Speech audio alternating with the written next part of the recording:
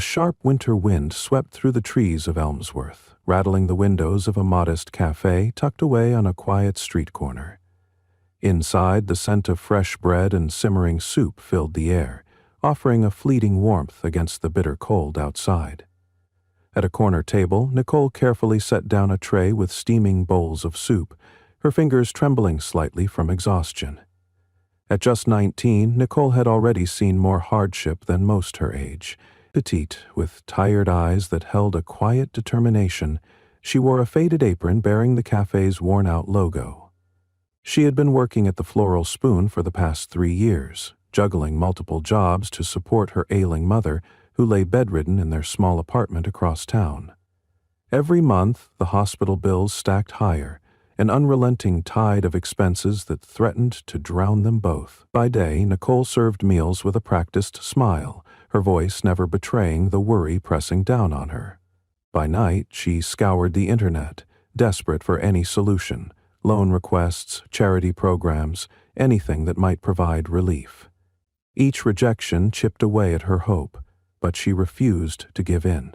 She had to find a way. She had to save her mother. One early evening, as the cafe's golden lights flickered against the darkening sky, Nicole approached a lone diner seated at a back table.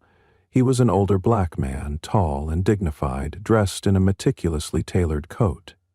His presence was quiet yet commanding, and though he ate alone, he seemed at peace in his solitude. "Your soup, sir," she said softly, setting down the bowl of vegetable stew. He peered up at her, his deep voice rich and smooth. "Thank you, miss." She hesitated before offering her name. "Nicole." He repeated it slowly, as if savoring the sound. "Lovely name." Nicole offered him a polite nod before turning away, but something about him lingered in her mind. Despite the hum of conversation filling the cafe, an invisible hush seemed to surround him. Every so often, she caught him glancing in her direction, not in a way that made her uneasy, but as if he saw something in her that others overlooked. When she passed his table again, he signaled for her attention. "Could I ask you something, Nicole?" She glanced around. The evening rush was fading, granting her a brief reprieve. "Of course, sir.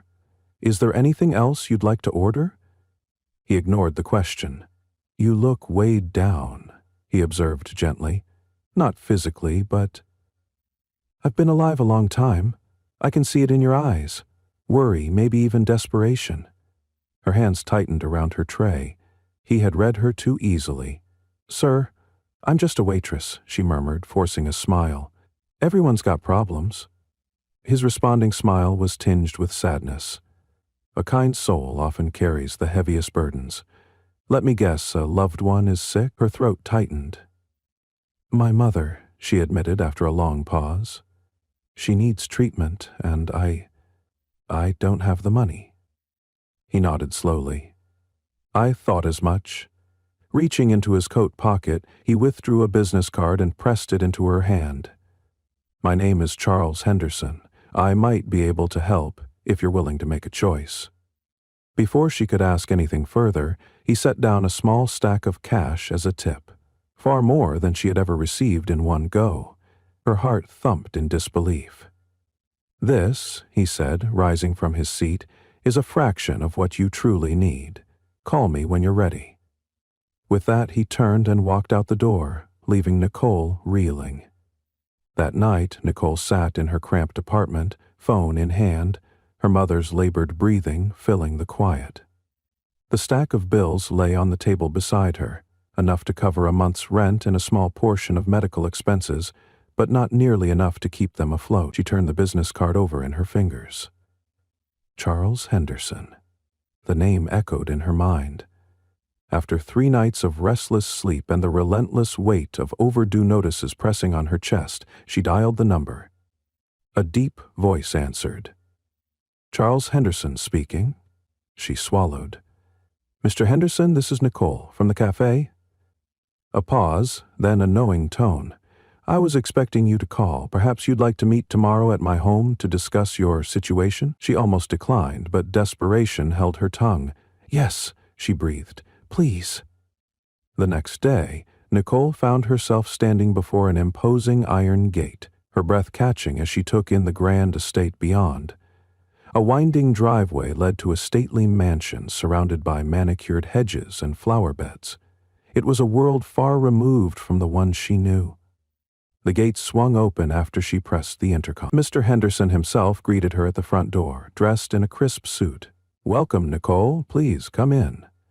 Inside, the mansion exuded wealth. Marble floors, gleaming wood furniture, priceless paintings, and crystal vases brimming with fresh roses. She hesitated, feeling out of place, but he guided her into a plush sitting room where tea awaited them. "I won't waste your time," he said, settling into a chair. "I am an 80-year-old man who has accumulated more wealth than I need. I have certain desires for companionship, a caretaker, if you will, but not in the usual sense." Nicole blinked. "I don't understand." His gaze remained steady. "I want a wife." The teacup halted halfway to her lips. "A wife?" she echoed, barely above a whisper. "Yes," he confirmed, "a marriage of convenience. No illusions about romance. I simply want someone I can trust to stand by my side, manage my affairs, and ensure my estate is handled properly when I'm gone. In return, your financial troubles will vanish, your mother's medical care will be fully covered, and you will never have to worry about money again." Nicole's pulse pounded. "This is insane," she whispered. "You're serious?" "Very," he replied. "Name your price and I will meet it, sign a marriage contract, and your mother's expenses become my responsibility." Torn between her morals and her mother's survival, Nicole faced the hardest decision of her life. Nicole settled into her new life with Charles Henderson, still grappling with the unexpected kindness that defined their arrangement. She had anticipated a transaction, a sacrifice for security. But what she found instead was a mentor, a guiding hand that sought to uplift her rather than control her. Her mother, now under the best medical care, showed signs of improvement each day. The crushing weight of poverty no longer strangled Nicole's every waking thought, and for the first time in years, she could breathe freely. Charles introduced her to his charitable endeavors, gradually bringing her into meetings and decisions about the vast Henderson Foundation. It was more than she ever imagined. Scholarships, clinics, shelters, and programs that gave struggling individuals a second chance. He encouraged her opinions, challenged her to think critically, and soon she found herself deeply invested in the Foundation's work. What began as mere gratitude transformed into passion.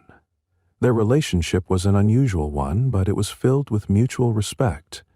Nicole had once feared the wedding night, thinking of it as an inevitable obligation. Instead, she had been given something far more valuable: purpose. Months passed, and Nicole adapted to her new responsibilities. She traveled with Charles to fundraisers, attended board meetings, and even gave speeches about the importance of philanthropy. Every evening they dined together, discussing the day's progress. Slowly she discovered the man behind the wealth. Charles, despite his success, was haunted by regrets. Deals that had prioritized profit over people, relationships left in ruin.